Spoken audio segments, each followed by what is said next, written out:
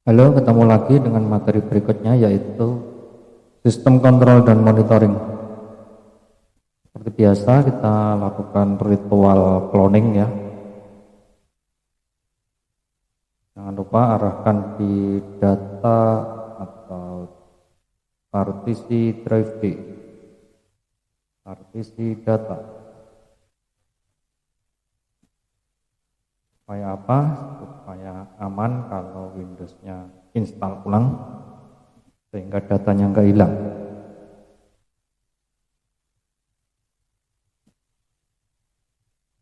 Oke, ini kebiasaan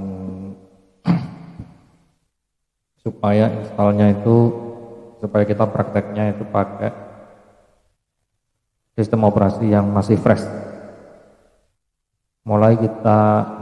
Kita mulai dengan setting jaringan supaya sistem operasi server kita ini terhubung ke internet.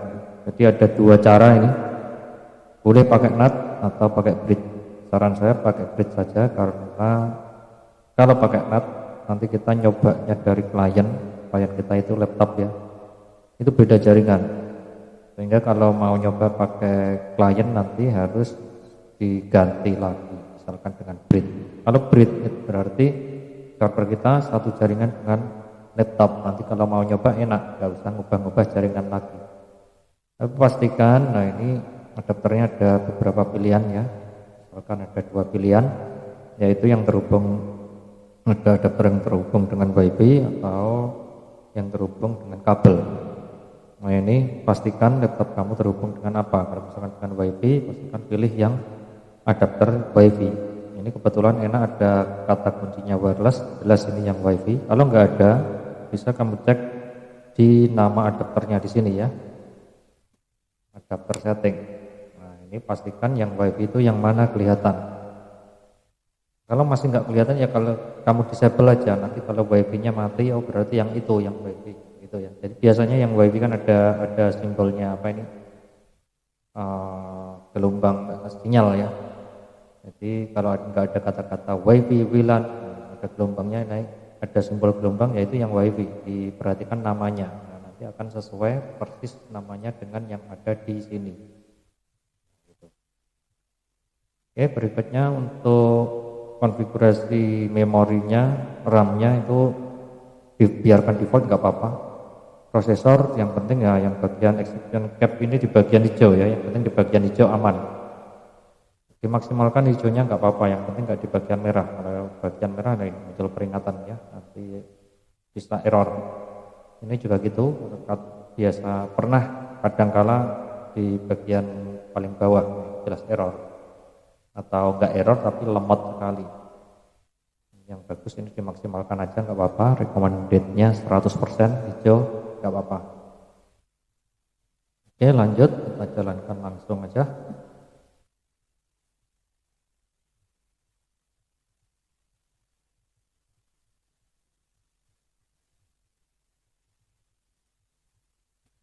Masuk aja, enter, nggak usah ditunggu, langsung di enter biar cepat.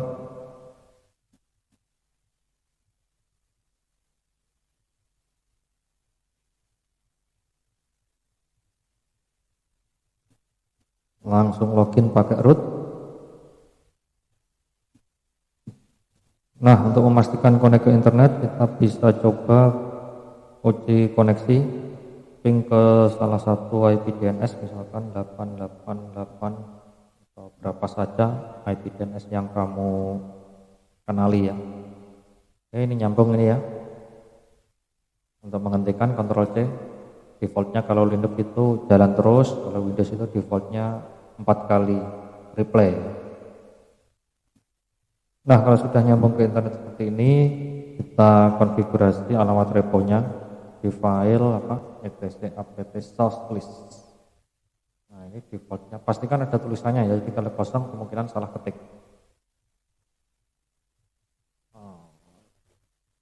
Yang ada kita disable karena ini enggak lengkap.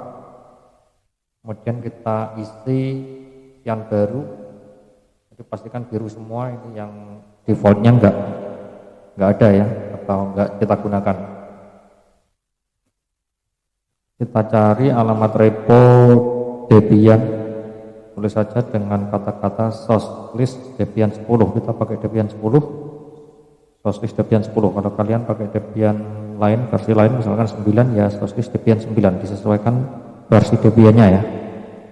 Nah, ini buka website punyanya Debian, Debian Wiki, di Wiki Debian.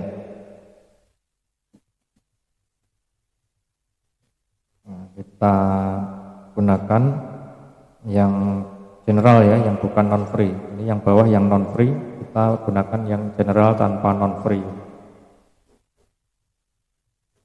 Oke, kita isi, kita tulis seperti itu, 6 baris semuanya, karena paketnya nanti banyak sekali yang dibutuhkan ya. Debian.org/debian spasi booster spasi main. Baris berikutnya kita copy aja, src. Baris berikutnya kita kopas dari atasnya tadi, Debian spread security garis miring booster garis miring update. Nah, kita kopas baris berikutnya dari ini, spread src booster update. Baris berikutnya kita kopas lagi. Apa yang beda ini? Nah, ini ya, security-nya kita hapus ya, booster garis miring ganti strip. Baris berikutnya kita kopas dari yang ini ya, Ctrl K, Ctrl U, Ctrl U, cut paste ya. Copy-nya nggak ada, adanya cut. Udah 6 baris seperti itu, diteliti dengan baik ya, pastikan nggak ada kesalahan walaupun cuma 1 karakter atau 1 huruf saja. Kalau sudah, kita keluar, Ctrl X Y enter, berikutnya kita update, apt update. Aduh, salah ketik, update.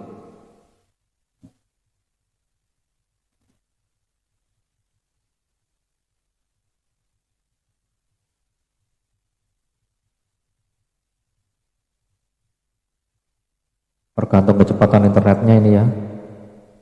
Selain itu,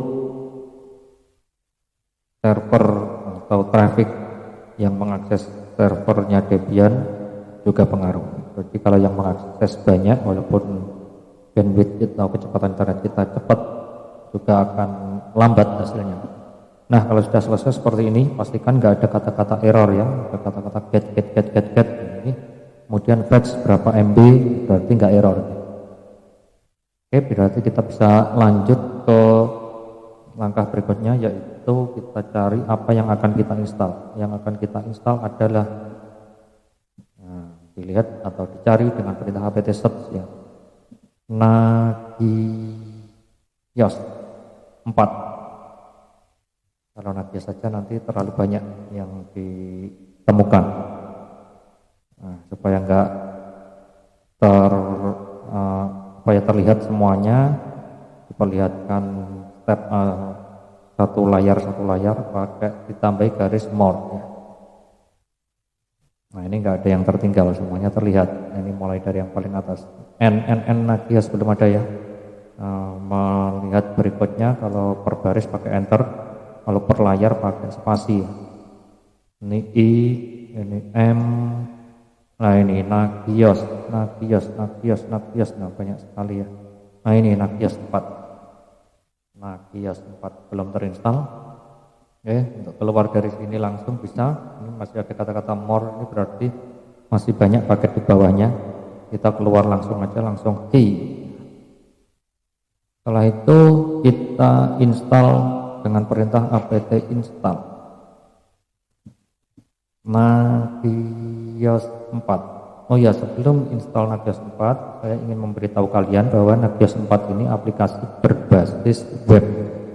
Nah, aplikasi berbasis web pasti nanti membutuhkan web servernya. Web servernya apa? Nah, kebetulan Nagios 4 ini atau Nagios itu butuh web server yang namanya Apache. Jadi aplikasi web server sebenarnya banyak sekali, yang terkenal Apache sama Nginx ya. Tapi sekarang ini banyak sekali yang lain. Ya, contohnya Python juga mengeluarkan Flash dan seterusnya, banyak sekali. JavaScript juga mengeluarkan, banyak sekali server-server web sekarang ini. Nah, yang lama yang banyak digunakan adalah Apache sama Nginx. Oke, kita lihat dulu. Saya ingin menunjukkan ke kalian web server Apache. Kita lihat dengan perintah search Apache 2, enter. Wah, tergulung langsung. Nah, itu yang paling atas ya, Apache 2 belum terinstall. Kalau sudah terinstall kan statusnya di dalam kurung di bagian belakang ada tulisan installed gitu ya. Oke, langsung keluar kita install Nagios apt install Nagios 4. Ini ya. Ini nanti padahal kita nggak install Apache karena Apache dibutuhkan, jadi otomatis akan diinstal. Sehingga, nah ini yang dibutuhkan banyak sekali ya paket-paketnya. Jadi kalau kita install aplikasi basis GUI pasti yang terinstall ukurannya besar sekali. Ini contohnya yang dibutuhkan ada 73,4 MB, tapi hasil instalasinya ada 262 MB. Banyak ya. Enter. Oh ya, kalau kalian lihat di buku itu nama aplikasinya Nagios 3, tapi perlu diketahui kalau di buku itu menggunakan sistem operasi Debian 7 ya. Karena kita menggunakan Debian yang terbaru yaitu Debian 10. Jadi intinya kita mengikuti perkembangan zaman ini ya. Kalau kita mengikuti di buku nanti ya susah sendiri ya. Susahnya karena kita nggak update, atau kalau kita update ya juga ingin mengikuti buku kita harus punya dua-duanya, Debian 7, Debian 10 juga punya, itu ya malah ribet ya. Lebih baik kita mengikuti perkembangan zaman saja dengan tidak mengabaikan dasar yang ada di buku. Jadi pengetahuan yang di buku itu tetap kita gunakan, tapi aplikasi yang kita gunakan itu mengikuti perkembangan zaman ya. Jadi supaya pengetahuan kita itu update yang terbaru dengan versi yang terbaru. Nah, ini installnya dari repository yang ada di internet. Kalau diketahui Nagios itu juga punya web sendiri ya. Nah, ini konfigurasinya minta apakah SMBCONF itu aplikasi Samba ya, karena kita belum install aplikasi Samba, maka atau kita enggak install aplikasi Samba, maka kita enggak perlu, saya kira jawab aja no ya. Kita enggak perlu mengkonfigurasi file SMBC. Oh ya, untuk install Nagios ini sebenarnya bisa langsung dari webnya Nagios. Bisa kalian tulis seperti ini, Nagios, sorry. Kalau sudah pernah nulis ya langsung ke webnya itu ya, Nagios. Nah, kalau kalian misalkan nulis seperti ini, ditemukan ada Nagios.org, ada Nagios.com. Nah, ini bedanya apa? Kalau kalian pernah belajar WordPress, pasti kalian akan mengenal dua web untuk WordPress. Ada WordPress.org, ada WordPress.com. Nah, itu bedanya apa? Yang org itu punyanya open source, organisasinya open source. Ini singkat ORG, singkatan dari organisasi ya. Kalau .com itu seperti yang kita ketahui, .com itu untuk web-web yang komersil ya. Jadi kalau misalkan WordPress.com itu WordPress yang berbayar. Jadi kalau kalian ingin belajar WordPress yang versi free open source, pilih yang download dari webnya .org. Nagios juga gitu. Berarti yang .com tadi berbayar, yang ORG yang open source. Walaupun open source itu tidak melulu gratis ya, tapi kalau ingin kita gratis, kita bisa download dari yang punyanya open source, biasanya gratis gitu. Oke, kita cek, belum selesai ya, karena besar sekali paket-paket yang diinstal.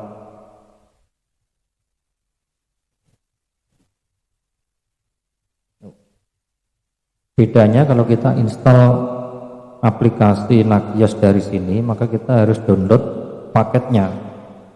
Nah, kalau kita download nama paketnya, ini berarti tidak dari repositorinya Debian ya, ini dari repositorinya Nagios ya. Kalau kita download dari repositorinya Nagios, nanti filenya biasanya .deb, file installernya itu .deb. Kalau di Windows kan .excel ya kan. Kalau installer di Linux itu ada macam-macam. Untuk Linux berbasis Debian, Ubuntu itu .deb biasanya. Tapi kalau berbasis Red Hat, nah itu rpm itu ya. Nah, untuk yang file .deb nanti perintahnya itu pakai dpkg. Mungkin kalian pernah melakukannya ya. Di sini juga ada petunjuknya ya, kalau nanti pas download itu ada pemberitahuan. Nah, saya tidak ingin membahas dua-duanya karena terlalu lama kalau membahas dua-duanya. Saya kira untuk pengayaan itu dan nggak sulit ya. Kalau di repositori Debian ya, kita perintah installnya pakai apt install gitu ya. Nah, setelah selesai seperti ini, kita cek IP. Kenapa? Karena bisa langsung kita coba, bisa langsung kita gunakan tanpa dikonfigurasi terlebih dahulu.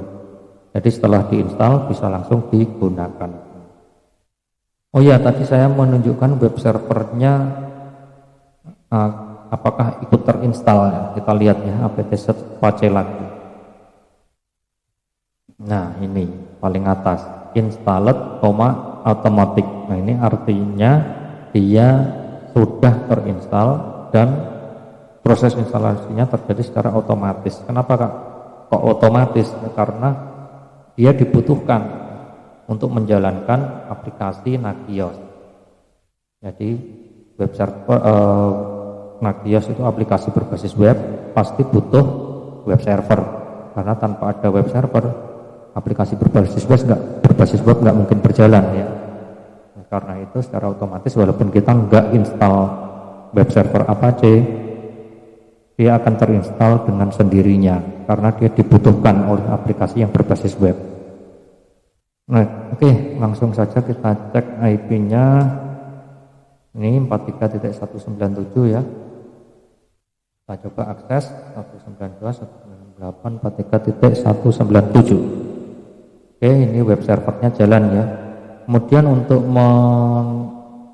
mengakses atau menjalankan Nagios, supaya lebih teliti saya copy ya ini ya, karena nanti ada errornya, akan saya tunjukkan. Menjalankan yaitu untuk Nagios diberi garis miring ya.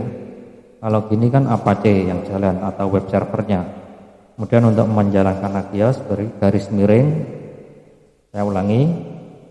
Nah, ini panah kanan, garis miring Nagios 4 ya. Ingat ada 4-nya, enggak Nagios saja. Enter. Nah, kalau kita melihat ini jalan, Apache-nya jalan, kemudian kita tambahin Nagios, kok enggak jalan? Logikanya apa? Pasti kita mengira apa? Nagiosnya yang error, ya kan? Nah, ini Apache-nya jalan, Nagiosnya enggak jalan kok ya. Oke, kita teliti Nagiosnya, kita teliti satu persatu, nggak apa-apa, kita teliti langsung yang menjadi dugaan kita gitu ya. Caranya melihat error apa enggaknya itu dari servisnya ya, service Nagios nag tab Nagios status tab. Jadi pakai tab semua, biasakan ya supaya nggak salah ketik, serv tab, ini service.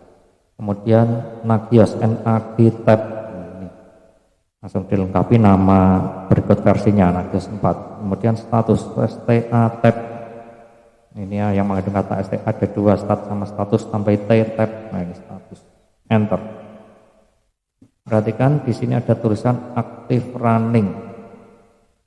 Suatu service di Linux itu kalau ada tulisan active running berarti dia berjalan. Kalau dia sampai bisa berjalan, tulisannya warnanya hijau seperti ini, berarti nggak error. Loh, aneh kan ini? Padahal ketika kita akses not found atau error. Tapi ketika kita lihat nggak error. Untuk membuktikannya kita bisa mencoba dengan restart ulang untuk membuktikan bahwa dia sebenarnya error apa enggak. Oke, keluar dari sini key ya. Tekan aja huruf Q.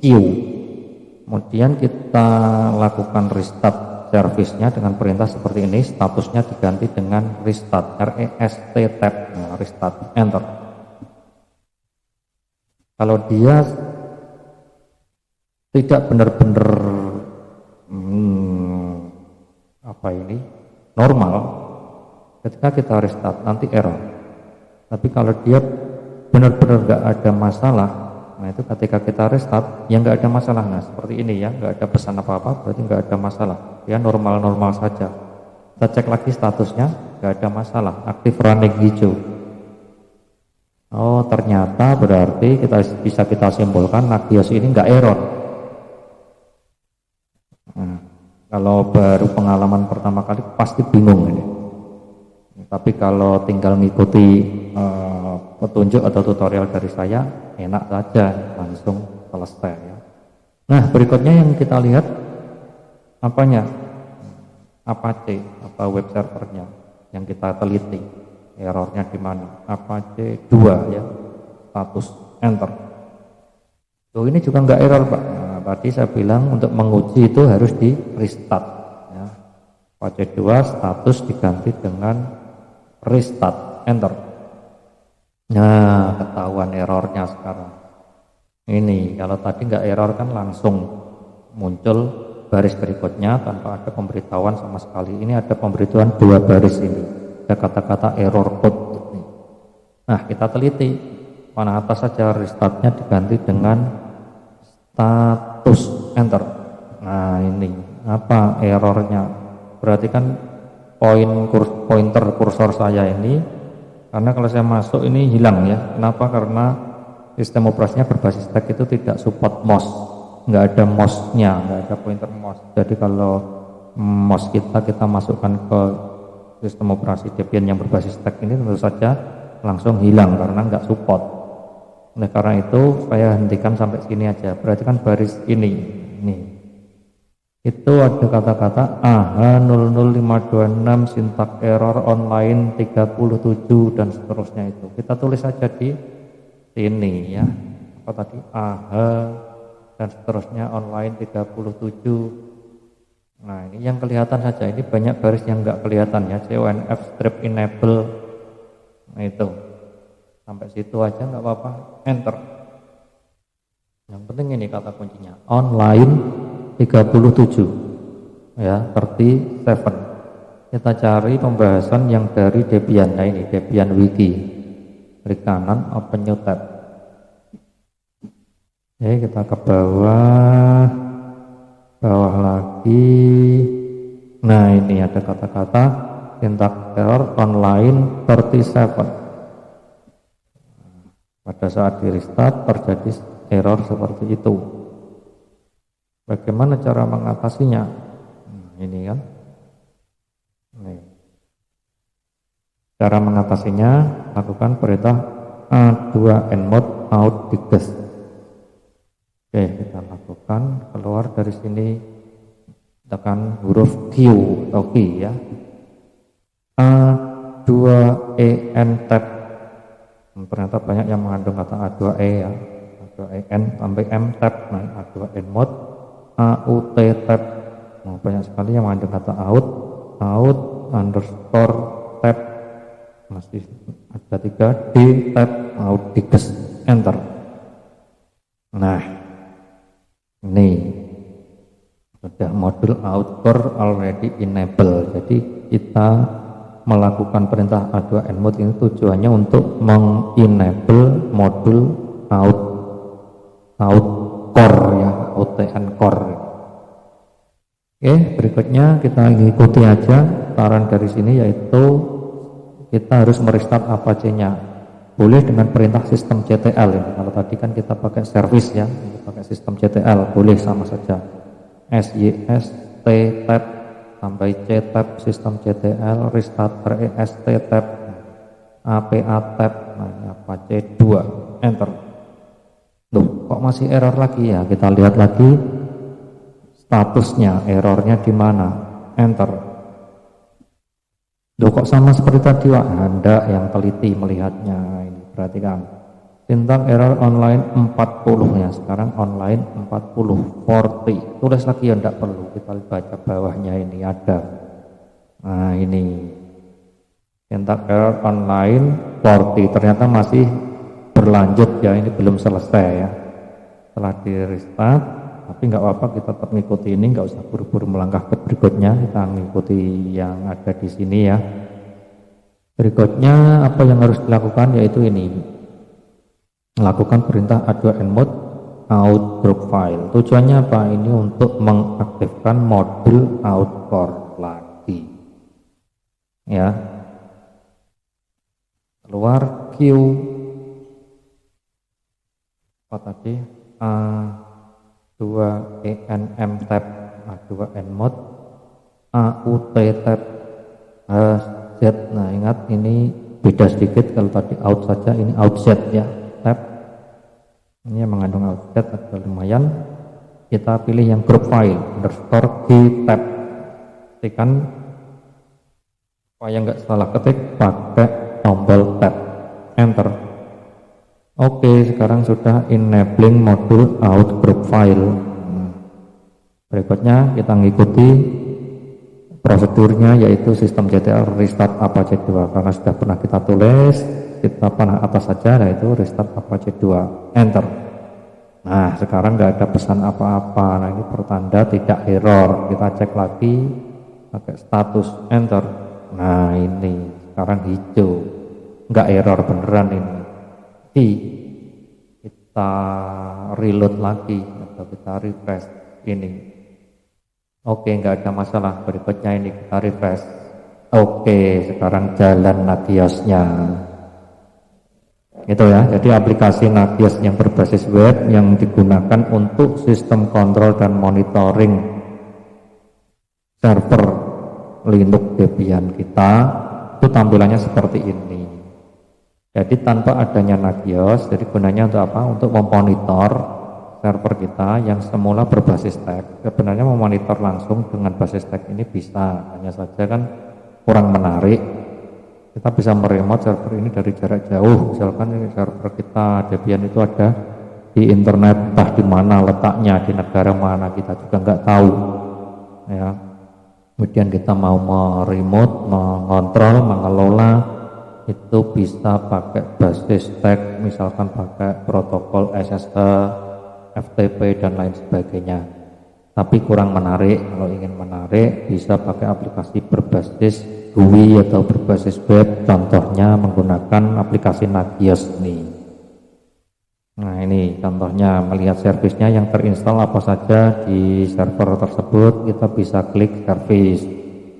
Nah ini kebetulan yang kita install cuman apa tadi ya, HTTP ya, web server saja. Nagios kan web server, aplikasi berbasis server. Yang terinstall HTTP, kemudian SSH, aplikasi yang lain karena belum kita install nggak terlihat di sini. Jadi kalau kita menginstal aplikasi nanti akan terlihat di sini, di server itu akan terlihat, bisa kita akses dari basis web seperti ini. Jadi simpel sekali sebenarnya. Kalau ini yang menjadi sulit, kalau belum pengalaman, nggak tahu cara mengatasi errornya bagaimana, cara meneliti error bagaimana, cara mengatasi errornya bagaimana, itu akan memakan waktu lama berjam-jam ya. Bisa angkat tangan menyerah. Tapi kalau sudah pernah pengalaman, sebenarnya simpel sekali. Yang simpel lagi, tanpa ada error sama sekali. Jadi setelah install langsung bisa dijalankan ya. Sebenarnya tinggal ngetik seperti ini aja sudah jalan gitu ya. Hanya saja kalau ada errornya ya perlu di konfigurasi untuk pembetulan. Sampai sini saya harap nggak bingung. segera dikerjakan supaya lebih tambah pengalamannya ya.